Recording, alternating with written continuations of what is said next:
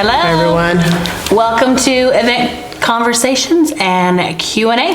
Thank you for being here. Yeah. We love, taking some time out of our day to have some conversations with you guys. And then you guys have been sending in lots of questions. Good questions. So, thank you. And it seems like even from like the show that we've been doing, you guys are really liking the question time. So we're going to keep this rolling. It going. It was a little experiment that we were doing to see, do you guys like where we just kind of have a topic that we address, or are you liking more questions? More questions, and so we're rolling with it here.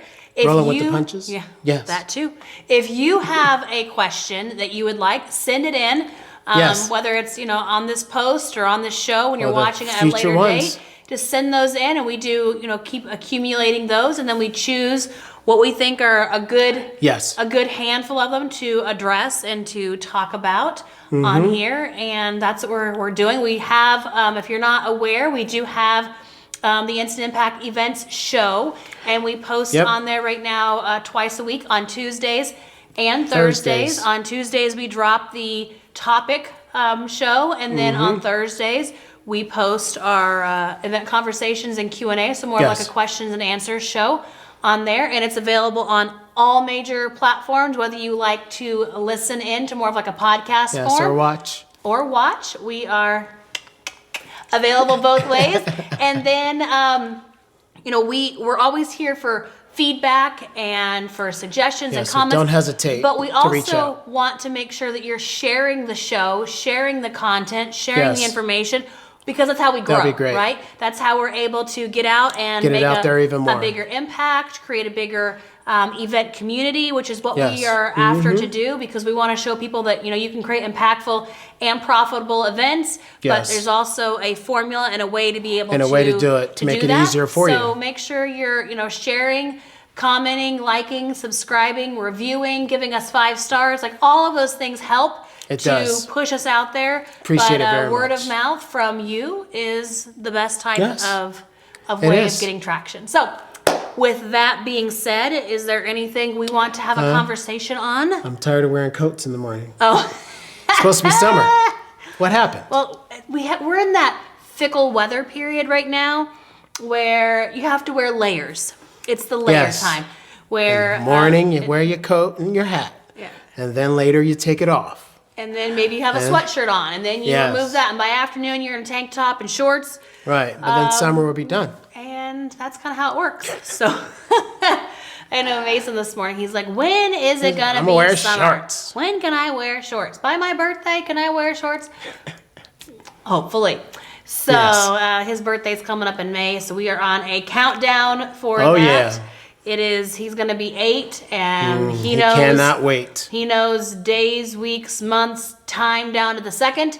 So he is for a long time putting that in there, and he's more excited, I think, about this birthday than any other one, just because he knows where it's coming up. The younger they are, it kind of isn't as much, but it seems like he knows he's going to travel a little bit and go on a trip too. Yeah, so he is looking forward to that, and which that's what we can talk about today. Yes. How, we're in the event industry. All our parties are events. Everything that we do, whether it's a birthday or a holiday, or we like to make it some sort of event, right? We like to make it memorable. We like to make it something that you'll remember for years to come, whether you look back on pictures or it's just the feeling that you had or the people that it brought together or the things that you did. They love the photo app. Yeah, so they live on the photo app. It's like instead of watching shows, they go years and years and years back. I think we've got 10 years that they can go back on there, and they do.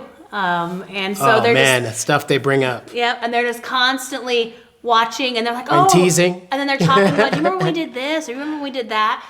Memories. So, even when you're in the event industry, you have to remember that it's not always about how many attendees can you get and how many people can you have. And what are you going to teach? Sometimes it's those little moments that you can turn into an event in its own right, in its own way, that makes it very memorable, very impactful. It might not be profitable monetarily, but profitable in the heart, in the feelings, in the love of everyone around you. There's more than one way to look at things, right? It is. And so we encourage you, if you have a birthday coming up, if you have a child's birthday, a grandchild's birthday, maybe there's some different holidays. We got Memorial Day coming up and 4th of July. Anniversaries. We just had our anniversary. We did. So how can you make these moments impactful? How can you make them something that will leave a lasting impact for a long time? How can you make it something that years and years from now you're going to talk about and other people are going to talk about? And while you don't need to live on your phone, you're getting out the camera, getting out your phone and taking a few pictures or capturing that moment, maybe a little bit of video, because then it is something that not only can you remember go back on in your mind, it's like, oh, I remember that. Yes. This is how I felt. That's the good times. It made me feel. And so, document that and then put the phone away and live in the moment, at the same time. It's, don't stay on your phone the whole time. That's what we like to document and then put it away. It's like, so you can enjoy. Because then we're in the moment. We're not videoing and living through the screen when we actually have eyes that can see like with people watching concerts. Through the screen? No, they've actually got right here. Yeah, there you go. Yeah. So document the moment and then put it away and be in the moment, right? And we think that's for everyone. Every opportunity is, whether you want to have Sunday brunch and it's something you do, or maybe a Friday evening and you do something. Friday night dinners. Whether you want a movie night or a game night or camping or go outside and do you can plan s'mores. for it. Yes. And it's something that everyone can look forward to as well. So think about that. How can you get a few of those little things on the calendar? And they don't have to be big, elaborate things. They just can a fire be. outside. That makes it s'mores. fun. But sometimes the simplest things are... We need to make a fire soon. And getting everyone, involved. Like, hey, you go pick out this and you go do that. What are you going to do for this? Or invite somebody over and have them bring something over. Yeah. So potlucks are like a lost art. When you used to do like the progressive dinners or the backward progressives, where you go to a couple different people's houses and have different meals, have fellowship, have community, have conversation. We were supposed to do that. It never happened. And we didn't quite get there. But also, other times when you can, maybe it's coming up with picnics, like a nice picnic. You throw out a blanket, you pack something in a picnic basket. It's quick and easy. It's sometimes those little things that getting back to, we don't do them as much anymore with the hustle and the bustle and all the things. And the kids will love it. How can we just slow things down a little bit and enjoy the moment and create some memories? If you don't have kids, it's for your wife or boyfriend or husband. Or maybe you have another family, or maybe you got some girlfriends, or maybe you want to do a couple something, or bring over some wine. Always something, right? So think about that. How can you have these little events along the way? Yes. And that's something we've talked about for a while too. We haven't gotten it out there, but we have like a whole idea of how to put together like a monthly experience is what we like to call it. Yes. And how can you create these things in your business, in your life, with your family, with your friends, and your community, to create these little mini events, mini experiences that that they can remember also. Yeah, along the way. Yes. So anyway, some food for thought. On events. We can start doing that too. Yeah, we can. So maybe that's another 5 different ones. Maybe that's a 5 different things you can do for the week. Maybe that's a whole different thing. We'll start like a monthly series, or maybe a weekly series, or there something. You go. We've got so many ideas. We have to get the time in to get all those things done amongst everything else. Just like we want to do our meet and mingles where we're getting together. Maybe we're having a cocktail. Maybe we're having a mocktail. We're just sitting down, having a conversation, just having, and we can make it together. Yeah, in the evening or something like that. Some new recipes to try out. Some new things. It doesn't always have to be alcoholic either. We don't drink a lot of alcohol. No. So something that's fruity, something that's fun, something that's... Maybe with an umbrella. Yeah. Tropical vibes. I'm liking that. For some, maybe we'll be in a little swimsuit and some flip-flops. Right. Maybe we'll have a bucket and we'll throw some water on ourselves. We'll think we're oceanside.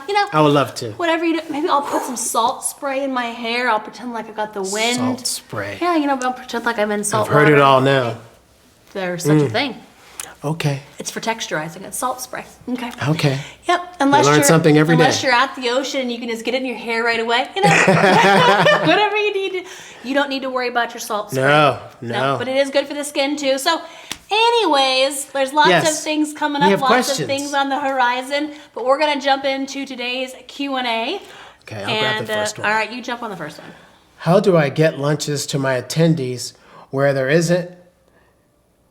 there aren't any food options around us?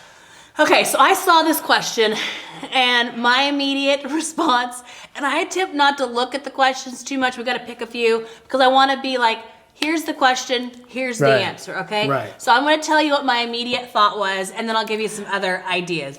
My immediate thought, what did I say? Move. My immediate thought Go was to a different venue. you picked the wrong venue. Okay. Right. So this comes from a lot of challenges arise that we attempt to put Band-Aids on. Too.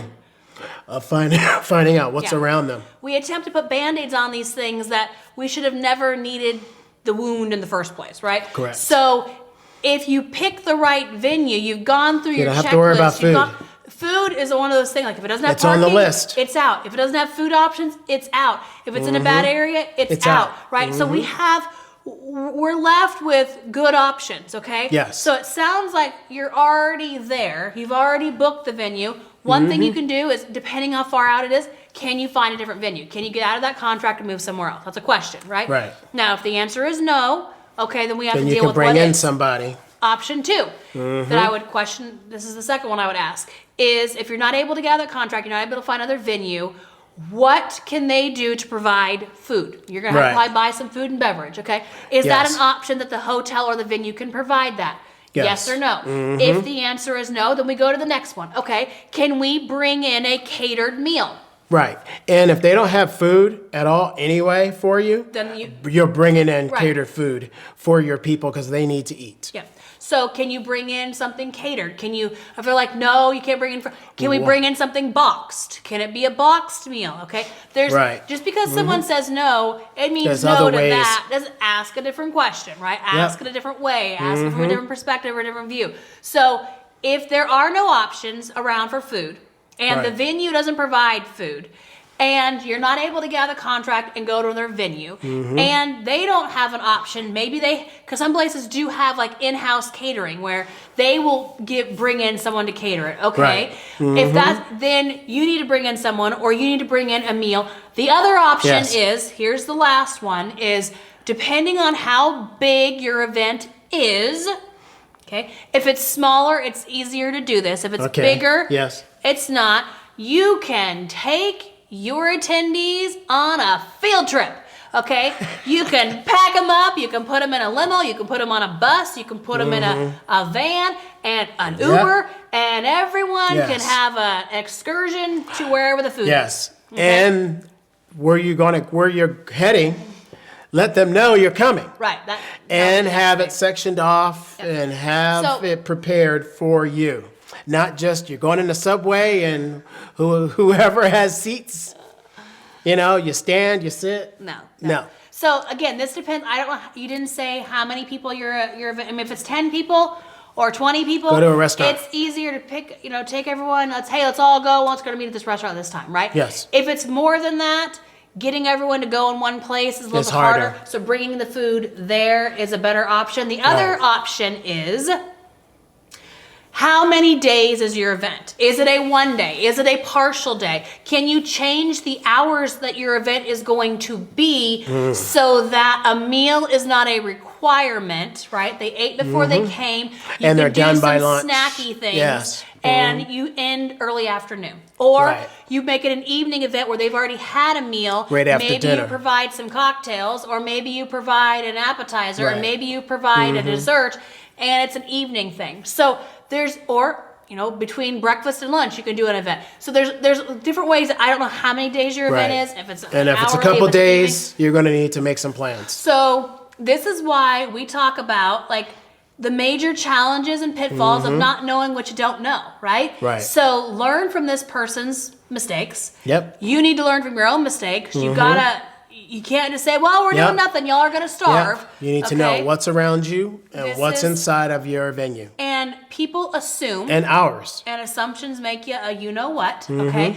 People assume that if there's a venue, there's food. And that is the wrong assumption, okay? It is up to you to ask the proper questions to know what is available around the venue. Because certain restaurants at hotels and venues are only open a few hours. Yeah. And not when you need them. We have been to many downtown venues. They open at 8. That they're only open Monday through Friday because everyone downtown, it's for business. So they don't spend the money for the staff and for it to be open on the weekend because no one's ever down there, right? So they're only open on Monday through Friday. So if your event is Saturday and Sunday, none of those places are open anyways. So you've got to check within your dates, your time, when you're doing it for what you have going on, okay? Right. So I wish you the best, but right now, what you've got to do is you've got to get moving. You've got to, no matter when your event is, you've got some work to do, some progress, and everyone else needs to learn from this person's mistake and ask the proper questions before you book the venue. Yes. Because a lot of these things can be avoided. Okay, next one. I have an MC, but he has dry humor and doesn't get much laughs. How do I help him get better? Because he is willing to learn. That's a good thing. He's willing to learn instead of getting somebody else. Because especially if they've been with you for a while, they like what they do. They're attempting to have fun, and it's the wrong kind of fun. There's one of two ways of doing this. One is you say, okay, we're going to work with you, but you got to get better. Okay. That's one way. Especially if it's a friend or somebody close to you. I don't care. Don't care. This is business. I don't care if it's a friend or not. Or my option would be you find someone who's better at doing the job. Okay? Because this is your event. The person who is the MC is running the whole event. Ringmaster of the event. If they don't got it, they don't got it. Now, that does not mean that they cannot learn. That just means they don't need to learn right now at your expense, okay? So I would be hiring the right person right now who is good at what they do, who is an MC, who gets that, who understands that. Because it's going to hurt you later. And then it's going to hurt you right now. It's going to... No, talk about later in the event when it comes to sales. And it's going to affect your sales. It's going to affect everything. Your overall event experience. Yes. It's going to affect a lot of things. So that person They're going to cringe every time that person gets up there. It's not just a one and done, right? That person is someone who comes on, introduces all the speakers, does a little small talk. Sometimes they do Q&A. As soon as breaks are over, he's coming up. After lunch, he's coming up. Right. So my advice to you is that person needs to go and they can learn. So bring on an expert and let them learn from that person. And then give them a little bit of time on the side that they can work on this. Correct. Not saying that they're not ever going to be right for that position, but you don't want someone right now learning at your expense. Okay? Correct. Even if it's your parents. No. Was that a joke? No. Was that the dry humor we're talking about over here? No, I'm talking about it could be a friend or even if it's your family member. Okay. They got to go, right? For any position that you are bringing someone in, they already need to know what they're doing. Yes. Okay? Can we bring someone up through the ranks? Yes, we can. But when they are front and center at your event, this is the experience. This is the spotlight. We are on, okay? This is not time to learn. This is not time to get your licks. We have other time to do that. Putting in your reps. We ain't doing that now. When we are on, we're on. It's just like, think about it this way. If you were to go to a Broadway show, okay, or a show anywhere, a cruise show, or we go down to Branson, sometimes you go to Vegas, wherever you're going, Atlantic City, wherever, okay, and someone's putting on a show, and you can see everyone's good, and then you got this one person, and then they're like, why? How did they get here? Like everyone else is, we're going. But your eye is fixated on the one who is not. And it's going to affect the whole rest of the show. Right. The one who is fumbling and bumbling. The one who stands out like a sore thumb. Because they don't have the experience. Like the dancers in Branson. Yeah. We will leave that for another topic. Okay. So it's like business is not about. You can be nice, but you also need to know that you've got to hire the effective right person, and you can just have look. You're not right. You're not cut out for this right now.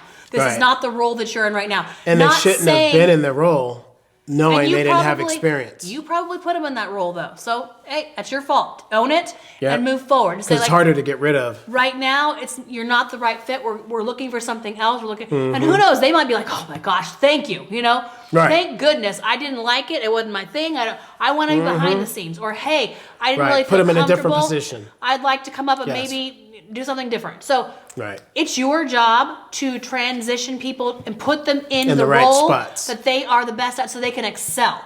Now, there's nothing wrong with teaching people, training people. That's fine, but they're not front and center when you're doing that. And the MC is front and center. Yeah, okay? It'll just be another team member that you have to help out with your event, but just not in front. Yeah, and hire someone. If you don't have someone already on your team, then you go hire someone that is what they do. Yes. That is their expertise. They are the MC. And they'll kick ass They know too. the role. They will excel, run it. and you'll be like, wow, that makes a world of difference. Yes. So MC means a lot. make sure you're getting the right people for the right job in the right role that they can excel, and that helps you along the way. Okay, my team is on the phone a lot at our events. How do I put my foot down and have them listen to me? Okay, so here's one question. Here's what I want to ask you. Are you on your phone a lot during your event? Okay, they picked up the habit from somewhere to know that it was okay. It was acceptable. Okay, so and also that means that you haven't set the expectations. The rules. Haven't let them know what is and what isn't acceptable when it comes to events. And that should have happened way beforehand. And if this is the challenge that you're seeing, then we need to have a come to Jesus meeting or a team meeting, as we like to call them. Yep. And we're going to lay out some new ground rules. There are no phones are allowed. There's one person that can be the point person that you have your phone on you. Yes. If someone needs a call, maybe there's something with the venue, maybe there's a speaker, something. But that doesn't mean you're sitting there on it all the time. Okay? No. You can have it outside of the room and not outside of the room either. You need to be in a green room, staff room, somewhere else. Right. Where you're on the phone, because people want to ask you questions knowing you're part of the event, indoors or outside. Inside your venue, when you're in your event space, it is a no phone zone, okay? Right. There is no calling, there is no texting, there is no scrolling, there is no social, there is no nothing. Because guess what? When someone sees you on your phone, they don't know if you're putting out a fire, they don't know if you're handling an emergency, or if you're just sitting there talking scrolling to up stuff or whatever, right? So during your event, you have to set rules, boundaries, expectations, but that also means that you have to abide by rules, boundaries, and expectations. You need to have a separate room that is the staff room or the speaker room or somewhere team else. room that people can go and get on their email and check their computers and check their phones, have a little downtime, maybe get something to eat or something to drink. That's fine. But when you're in that event space, when you're in that room, when you're at registration, when people can see you, it's a different level of expectation. Same with food. Yeah. You're not supposed to have food all over the place, especially at the back table. It looks eating. bad. Yes. 2, it can smell horrible. Yep. 3, it makes a mess. It can make a mess. 4, it just disrespectful. No, it's like it's not professional. All eyes. People hear you chewing. People hear you slurping your straw. Definitely people a bag of chips. Opening bags and things and silverware. It's a no. Again, that's done in the staff room or the green room or the whatever room you want to call it. It's even for the event staff bringing in water. Yeah. Because nobody wants to hear the cart. Nobody wants to hear the water slamming upside down. Yeah. 5-gallon jug. The room refresh happens. It's just certain things you don't do during the event. So that's a no-go. But that also that's on you. So you need to own it. And you need to take and say, hey, look, guys, I have not properly set the expectations and requirements. And that's my fault. And that's my fault. I take ownership of that. Going forward, here are the expectations. Here's the rules and requirements. When we're at an event, explain why you're doing that. Get everyone on the same page. Get some buy-in from everybody. And this is how it is going forward. Yes. Okay, we're going to have a designated area for that. And most people understand, okay? And because there is expectation, because you have laid the ground, then it's okay. And if someone happens, hey, it's that way anyone can say, hey, you know what?